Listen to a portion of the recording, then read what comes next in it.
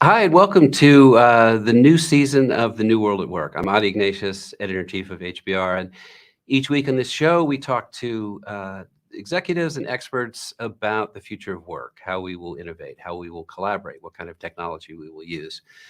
It's a 10-episode season. We are on LinkedIn Live every Wednesday at 12 noon Eastern Time.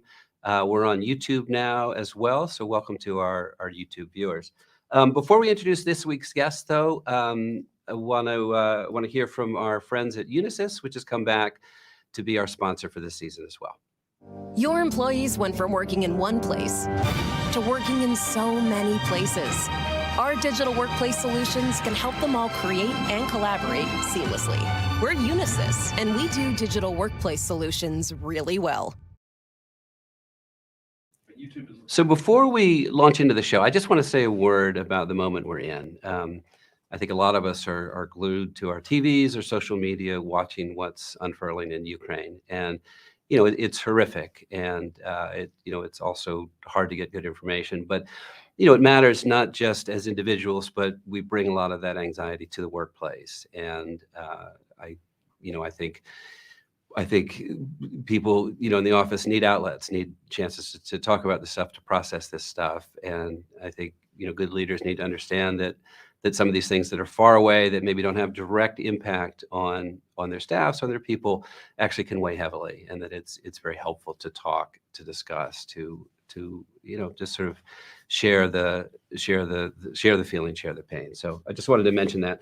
And I'm particularly pleased this week to introduce our guest, who's really, an expert on how you create a workplace that is effective, that is humane. So he is Keith Ferrazzi, who is one of the world's great experts on how to imagine the workplace.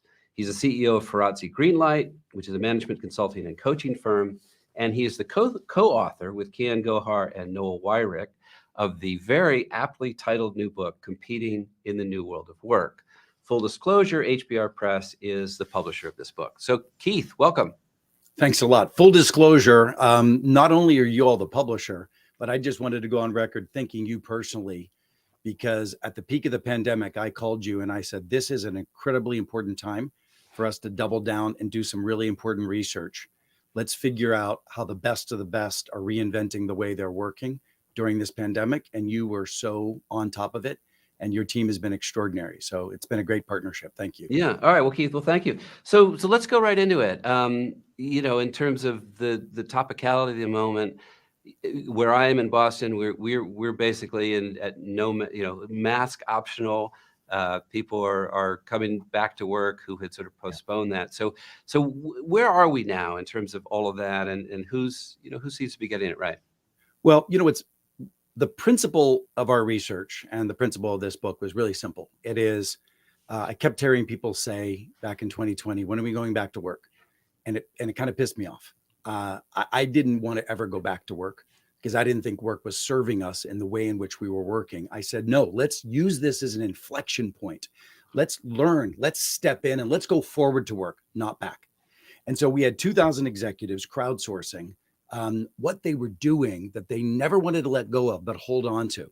And I do have to say that there's some sadness in to me, which is I'm definitely seeing organizations, as they are going back into now certainly a more flexible, more hybrid work environment where people are more allowed to be remote and physical.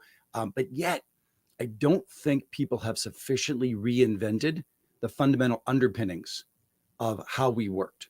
So I'll give you a quick, for instance. I still people think that collaboration means a meeting. We've got amazing tools available to us today that actually allow us to start collaborating before we ever have to have a meeting, get massively more people involved, have more psychological safety. People don't have to be, on the hook for immediate response in a face-to-face environment, whether it's virtual or physical. And on fewer than 15% of companies have really scratched the surface of what's called asynchronous, non-meeting based collaboration. So to me, the big thing that I'm concerned about is that we still haven't learned our lesson in terms of the stepping into the inflection point and true reinvention of ways of working. That's where I think we are right now.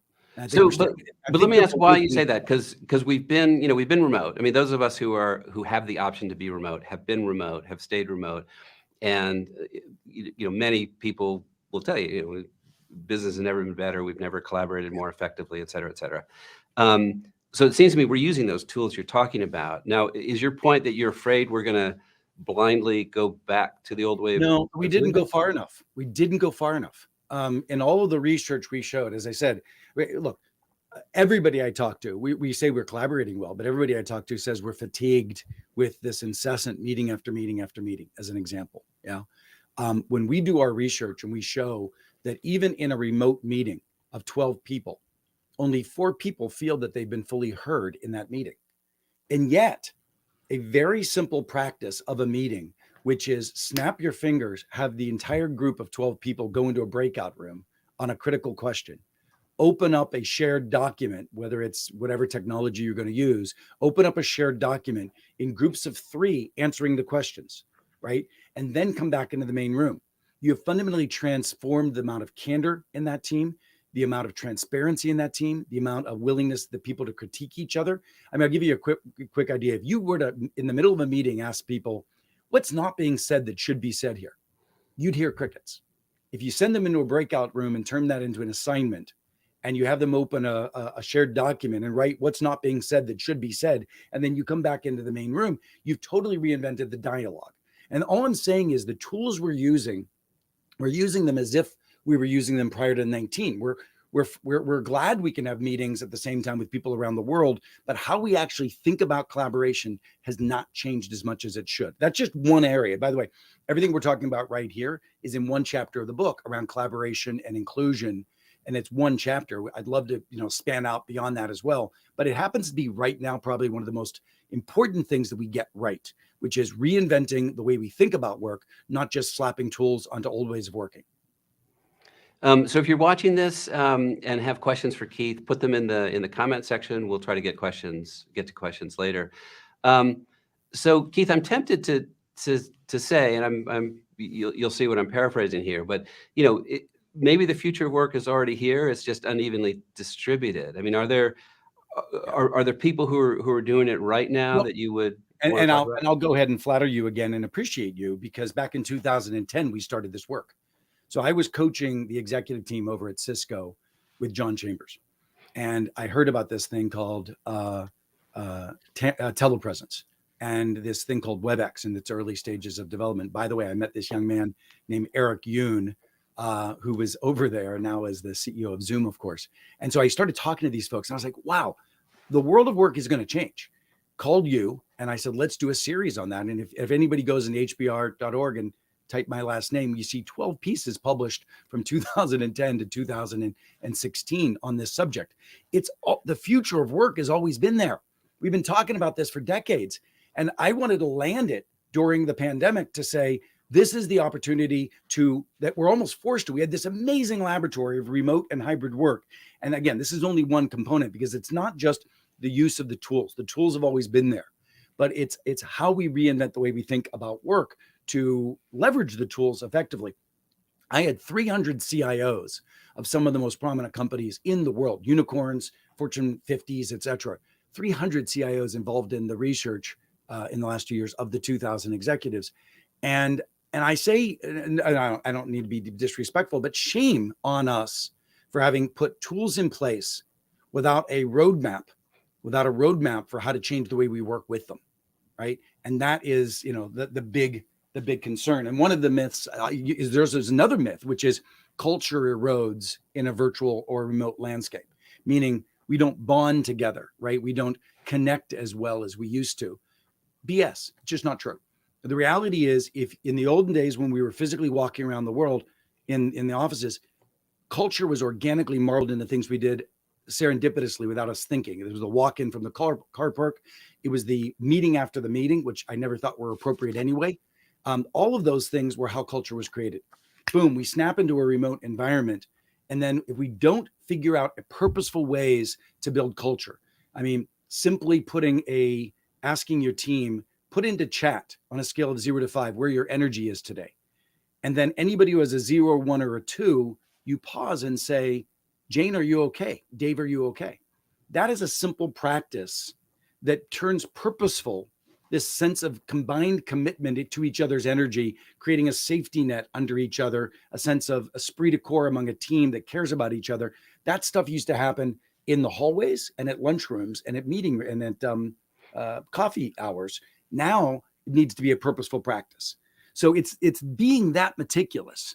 And that's what we tried to do. We captured not just dozens, hundreds of these practices from executives. We then applied them in a laboratory setting into other companies. We measured whether or not those practices were efficacious through diagnostic tools. And then we created the high return practices that we talk about in competing in the new world of work. I'm going to try to get in as many of them as I can here, but I'm trying to do two things in this conversation: give you the practice you should use, but awaken your insecurity, your FOMO that you haven't gone far enough, because you haven't. And that's one of the things that I want to make sure we don't miss. Yeah, I like that a lot. All right, so let's imagine entirely hypothetical situation: a publishing company in Boston that's trying to figure out what do we do in terms of coming back to the office physically. We can come up with a number: 2 days a week, 3 days a week, but that would be probably sort of Great. arbitrary. I love so this. So in terms of thinking about what do we do to maximize all the positive effects of culture, of collaboration, of all these things, how do we get to the answer there? So I'll send you the bill for the coaching after the session. But this is a hypothetical situation. Okay, here's the situation. We are in the middle of what a lot of people call the Great Resignation, and I roll my eyes on that term. First of all, it's so hackneyed and everyone's talking about it. It could be boring, but here's what I want you to think about, Adi. We're not in the Great Resignation. The Great Resignation is something that will be the outcome and of companies that aren't proactive in what's really the movement that's really going on. And this movement title was named by Mike Clementi, one of the members of our research institute, who's the head of people operations at Unilever. He's one of our faculty in the research institute that this book created. He calls it, what we're in is the Great Exploration. We're not in the Great Resignation. And if companies don't meet people in their great exploration, that exploration of what do I really want for myself? What is work to me? What kind of flexibility do I require for myself? How do I deal with the fact that I've been home with my kids and now I'm being asked not to be? That's the great exploration. If you don't meet that face to face, you'll be the victim and suffer the Great Resignation. So Adi, what I would suggest is, first of all, you say to your team, here are the questions that we don't know. One of the beautiful things about the pandemic is that leaders stepped off their podium and became humble enough to say, I don't know. And I love that, because that willingness to say, I don't know, is really just an invitation to co-creation with people. So what I want you to do, Adi, is to send a message to your people that says, listen, here are some questions that I think we have to answer that we're not sure about yet. We think we are, but we're not sure about. By the way, ask your people, what are the questions that you have that you think we should be exploring collectively as a team? And we want to turn this from a policy dictate that we figure out centrally and then hand down to you, which is very old school pre-2019. What we want you to do is we want you to be a part of the exploration and the co-creation of the answer. So if one of the answers is, I'll give you a simple one. We just wrote an article about this. What are we going to do differently when we're in the office that looks different than 19? Because what we learned is a lot of the stuff that we used to do when we were together in the office, we now can do virtually and remotely perfectly well. What makes being in the office that much better that we want to dial up on? That is a beautiful question that I'm encouraging leaders to ask their people to co-create. What does office connectedness look like? What do we do there differently? Another question could be, how do we effectively leverage the tools that we were using? Where didn't we go far enough? Where didn't we go far enough? Now, a lot of our writing tells you where you didn't go far enough, so you could see that conversation with them. But what I really just want everybody to start doing is opening their aperture, just like we did in our research, asking the questions and then using two-way dialogue. Federal Express used to never had a meeting with their top 3,000 executives, but they had a meeting with their 3,000 executives. And instead of being one-way broadcast communication, like so many other companies were, they turned it into two-way dialogue.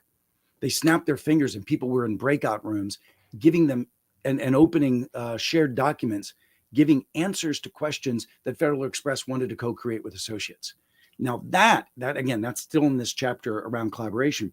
That idea of moving to crowdsourcing, moving to shared exploration in any strategic question, whether it's how we go back to the office or where risk opportunities, where risk is or where growth opportunities are. Unilever, instead of doing a cascading business plan from the top down, decided to ask their top 300 leaders, where are growth opportunities that we're not seeing? So they moved their business plan to bottom up, from top down, because they now had tools that allowed them to do that. That's changing the way we work in the new world of work. So I want to go back to when you were talking about, companies should maximize whatever it is they can do, that they do well, sort of physically together. And obviously every company is different and does different things, but what are some possibilities? What are some examples, even generic ones, for how to use this physical The space? North Star that I think we have to think about when we're back in person, I coined something, the social chemical connection. It's a made up phrase, but what I was trying to say was, when we're face to face, it is different, right? When we're literally tactily in the same room together, it's different. By the way, in one ways, it's also intimidating because you get more psychological safety in a virtual format than you can do in a physical format. I think it goes back to our reptilian brains of fight, flight, and am I in danger here, et cetera. But I think we should lean in when we're face to face and in person, lean into an agenda that's emotional. Lean into an agenda that's emotional, celebratory. Celebrations are the best things to have when you're together, right? Bonding, connection, caring, committing. Those are wonderful things. So for instance, I've been doing during the pandemic, when I'm coaching a team, I'll have a bonding dinner. And a bonding dinner is literally an hour and a half. And sometimes it's sort of, depending upon the time zones, it's at the end of the day. So maybe we get a bottle of wine sent to everybody. Social lubricant for vulnerability is very powerful, of alcohol, but not suggesting that's necessary. And everybody goes around and says, what's going on in our life, personally and professionally, that is most poignant? Now, as the coach, I'll lead with something vulnerable in my life, right? And I encourage you to open vulnerability in that kind of a shared dialogue. Now, if you move that into a physical realm, it's going to be so much more powerful. On the other hand, if you in the physical realm still have an offsite and everyone's doing a dinner party, but it's just small talk, you're totally missing the boat. In the olden days, we used to do small talk, but we did enough of it and we would serendipitously fall into a real conversation. Don't leave anything to serendipity anymore, right? Do a purposeful bonding dinner in a physical environment where people actually share what's going on in their lives. It'll be significantly more impactful than what we used to do in 2019. Similarly, you can move some of that stuff online, and it's better than it was physically when we were only doing small talk. So that's just an example of this idea of bonding or connectedness.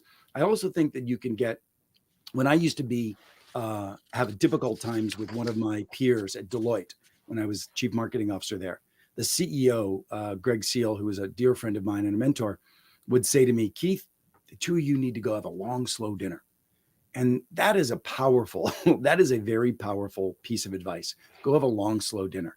When you've got grist or anxiety with somebody, the ability to go sit down and have a long, slow dinner and a face-to-face dialogue is game-changing. Again, where social chemical connection advantages you is anywhere that there is an emotional heightenedness, celebration, bonding, grist or anxiety or frustration. That's where we should definitely dial up and then do it very purposefully in the process. So you mentioned anxiety, and I think a lot of us feel we have sort of gone from crisis to crisis in the last couple of years, with the pandemic, with some disturbing social developments, certainly in the U.S., and now watching what's happening in Europe and Ukraine. What are your thoughts on how to create the space, create the opportunities for employees to connect, to grieve, if that's the emotion? Can you do that remotely? I mean, is that something 100%, that? 100%. But before I get there, you said something that I want to give people a fun term for. What we practiced during the pandemic was what I call crisis agile. I'm assuming your audience understands what Agile is. It's a framework of operations that is typically used in software organizations, program management organizations, and it's about breaking your work down into bite-sized sprints, negotiating very clear outcomes for those bite-sized sprints, and then giving autonomy to the teams to achieve those during that sprint. And at the end of that sprint, you stand up and you look very authentically, very vulnerably at, what do we need to do differently? Where are we struggling? What did we fail to do? What did we do? And where are we going? Right? That's done in a stand up. Well, I was coaching the Delta Airlines team going into the pandemic, and then that was on a quarterly basis. We were working on quarterly agile sprints to reinvent the travel industry. Boom, we lose 90% of our revenue, right, in a single day. And all of a sudden, now we're doing daily sprints, sometimes 2 times a day are we doing daily agile sprints because of the velocity of change. So in a world of volatility, we've got to start practicing a more sustained agile process. I fundamentally believe, and it's an entire chapter of the book, I fundamentally believe that we have moved into a world where we need up and down the organization to practice a sustained agile operating system. And there's lots of books written on the topic. We really tried to summarize some of the best practices of leaders who were capturing crisis agile and then turning that into a sustained process. You can't be in crisis agile forever. You'll be fatigued, you'll be frustrated, you'll be fractured. And that's why you need to buttress that with a sustainable agile process in your teams. And at the end of it, also focused a lot more on resilience, which is another chapter of the book, which we can get into some of the practices around. But I did want to heighten this issue. And the reason the title of the book is Competing in the New World of Work, but radical adaptability is the methodology that sort of emerged from all of this research. The teams that were successful were the ones that adopted these core aspects, significant foresight, looking around corners, learning how to adopt a sustained agile way of working, real inclusiveness and collaboration in ways that we've never seen before, particularly leveraging the hybrid tools, and finally recognizing that resilience is no longer, we should talk about this, no longer an individual sport, but it's a team sport. And it's no longer shamefully in the shadows, but mental well-being and the well-being of a team is now out into the open and shared. And that was one of the things I got really excited about as well. You have a great line in the book where you say, disasters don't just destroy, they also reveal. And I think you've talked about some of what COVID revealed, but talk some more about that, because I think that's true, and I like how you phrase that. Yeah, I mean, I think, if I'm not mistaken, that would have probably been early on as a umbrella for the book as a whole. What we were looking for was what was being revealed that then we wanted to jump on and reinvent. I'll just pick one area because I feel so strongly about it. It's just mental well-being. Depression, strain, stress. This has been in existence for decades, and yet the volatility and the pressure, societal pressure, what was going on with individuals' personal lives, parents who were in assisted living that you couldn't get to, children that are around the world, all of these things created a heightened degree of, I just can't handle it anymore. And I thought it was beautiful, to be honest. I'm not a sadist, but I thought it was beautiful to see white shoe grizzled, old men breaking down in front of their teams in a level of vulnerability and humility that they had never done before. And it's interesting because in the previous book, I'd written about one of the great leaders that I know, a guy named Mark Royce at General Motors, who works with Mary Barra in the beautiful turnaround that they're initiating there. And Mark, how early on was willing to step into vulnerability in front of the organization of General Motors when they were coming out of bankruptcy. And it rallied everybody around him. I mean, here he was, an engineer now being responsible for the commercial operations of the company. And he said, I'm most afraid that because I'm an engineer and I'm a bit of an introvert, that I won't be heard. Right. And it was so beautiful that kind of vulnerability was shown from a leader at General Motors. And it wasn't traditional. That was one of the most beautiful things. And what we saw as the water levels, as they went down, we saw that issue of emotional and mental well-being became raised. Now, I think now a lot of what the book does and a lot of what our research does is it renegotiates a social contract with your team, meaning there were old ways of behaving that are being rebooted in this new world of work. And one of those is that mental well-being is no longer an individual responsibility alone. It's a team sport. And that means that leaders need to check in. And it's not just leadership where every leader checks in with every individual playing whack-a-mole with people's energy. But I'm saying that the leader needs to put that out on the table and saying, listen, let's make sure we all cross the finish line together.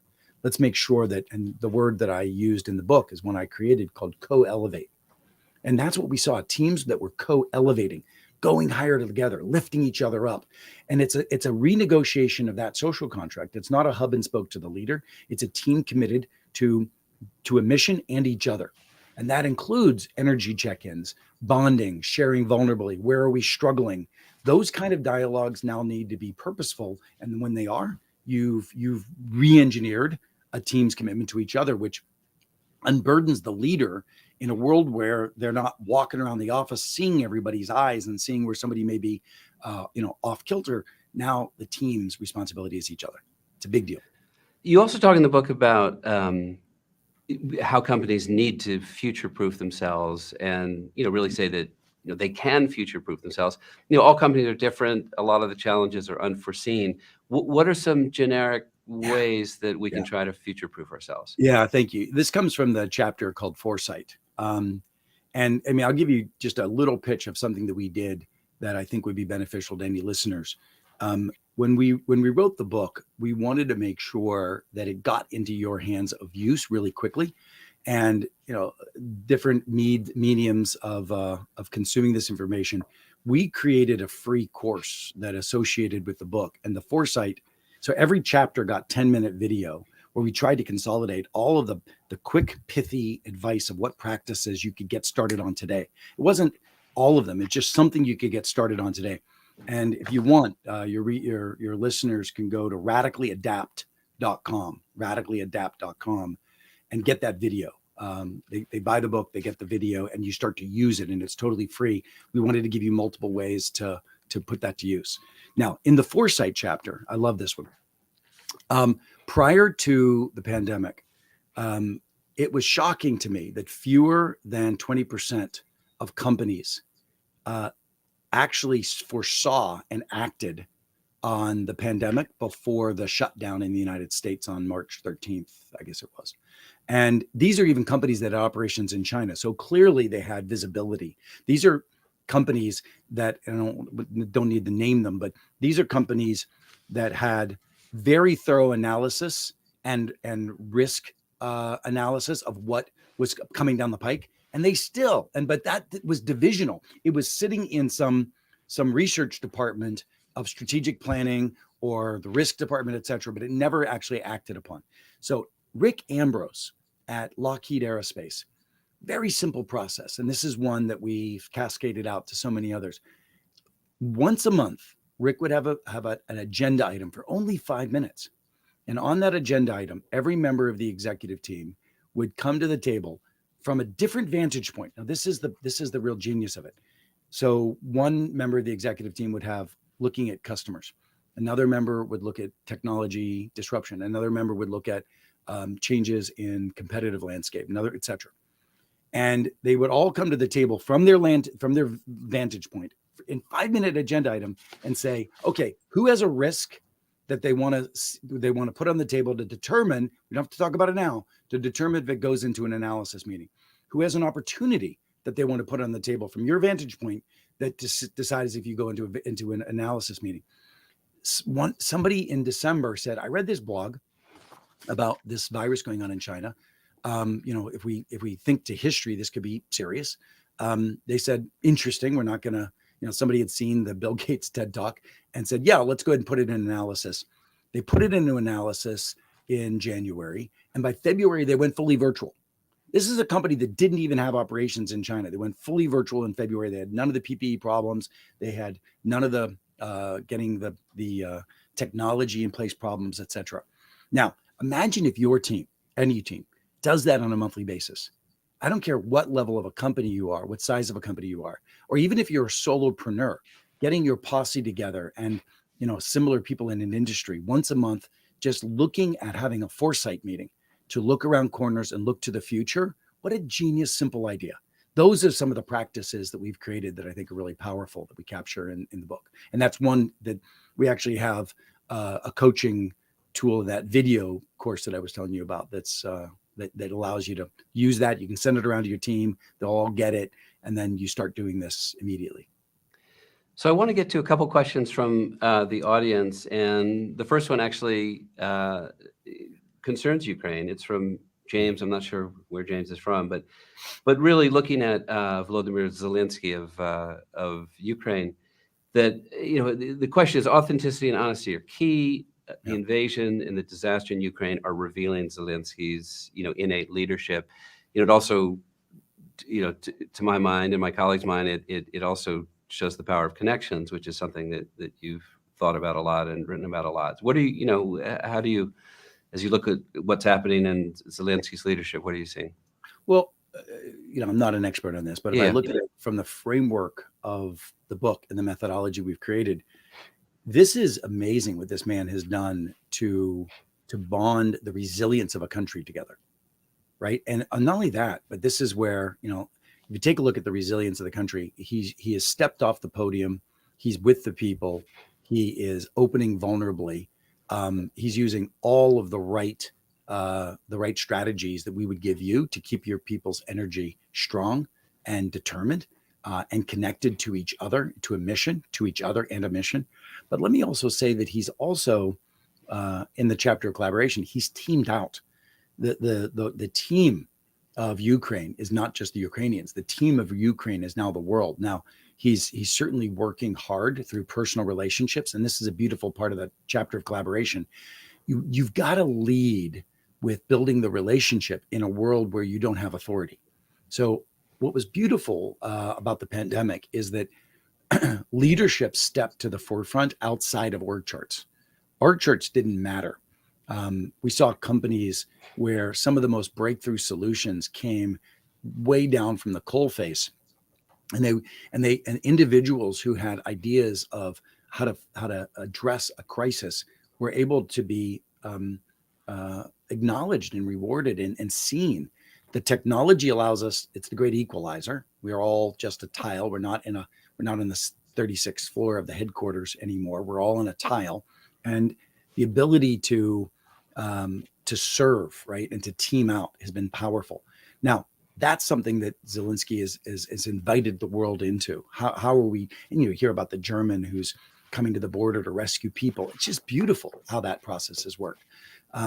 So I just look. I think a beautiful analysis will be done and probably written about by somebody in your publications about his leadership and how emblematic it is. But I can tell you right now, just looking at the framework of our book and what he's doing, the correlation is beautiful. Okay, so back to more relatively mundane things. Back in the office, here's another question. This is from Alex Cacioppo. I don't know where Alex is from, but in this new world of work that you're thinking about and helping to dream up, how do you think the role of leadership training and learning and development should evolve and will evolve? God, that's beautiful. Thank you. So I'm gonna address it directly, and then I'm gonna bring up another research project that we're starting on that eventually will see its way into the pages of an HBR publication, I'm sure. But the future of leadership development, one of the things that is I've always been resistant to is the belief that traditional training was the way to change human behavior. The reality is that if training changed human behavior, I wouldn't have had that extra tequila that I had last night, or the third glass of wine. I know, right? But I do, right? So the from knowing to doing is a big gap, and training is presumed that if you know, you do, but it's not true. One of the most important ways to develop and transform humans is through experience and coaching. And what I've what I've seen in the past, and I've been an advocate of this for a long time, and I've written a lot about it, is most organizations do not tap in to the immensely rich source of development that sits around our associates, ourselves, us, every single day, peer-to-peer coaching. Years ago, I wrote a book just on that, studying peer-to-peer coaching. And what we saw during the pandemic was how much the guards were down and we were all open to hearing feedback, criticism, ideation, et cetera, from each other, right? And I thought that was beautiful. And we need to hold on to that. That is going to be one of the most precious forms of the future of learning and development. There are software tools being developed. I saw one in our research called Mentor Cloud, which helps to tap into organizational, inherent mentorship that exists inside of organizations. But eventually, we're going to have to start recognizing that coaching is not going to sufficiently come from our managers, particularly when the work we're doing is in networks. So I wrote a book about networking a number of years ago, the number of people know, called Never Eat Alone. Today we wake up, we work in networks. So where does our development, where does our feedback come from? It's not going to come hierarchically and it's not going to come centrally. It's got to come from the fabric of the network that we're working with. That's the big change. The thing I wanted to pitch to this audience, because this is a rarefied audience, is during the pandemic, one of the things that occurred was the tragic death of a dear friend of mine named Tony Shea. Tony passed away and very tragically. We've all heard about the stories.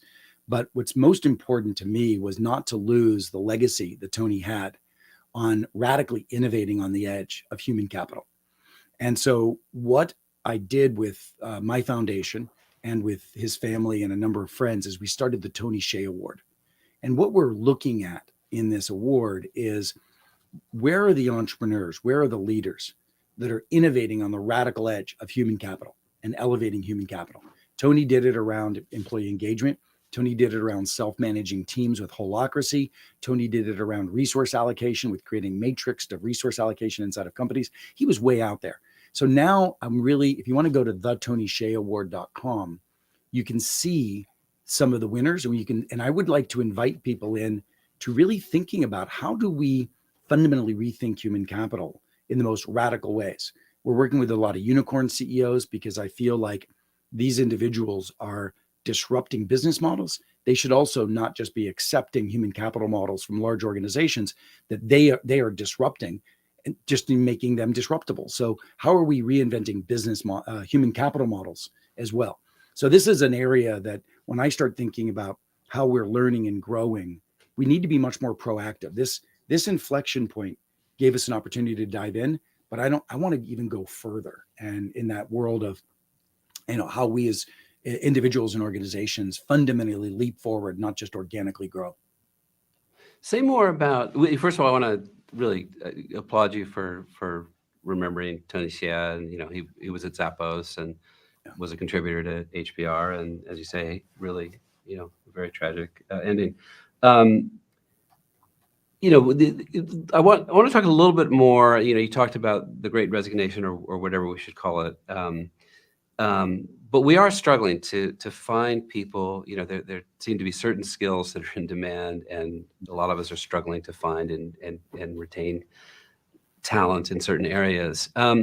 What's your advice? I mean, you've talked about it here and there, but for those of us who feel like this is really hard and it's hard to compete for talent now, what's your basic advice? So I'll tell you what I advise. The curiosity that I have and the methodology that I've applied, I would highly recommend any leader doing the same. So here's a very simple methodology, and I'll tell you what we're doing with the Great Resignation. So number one, I said, okay, we've got this problem. How are we going to solve it? So I pulled together a group of 15 CHROs, predominantly. People like Mike Clementi, I mentioned to you before, but others like the CHRO of MasterCard and others.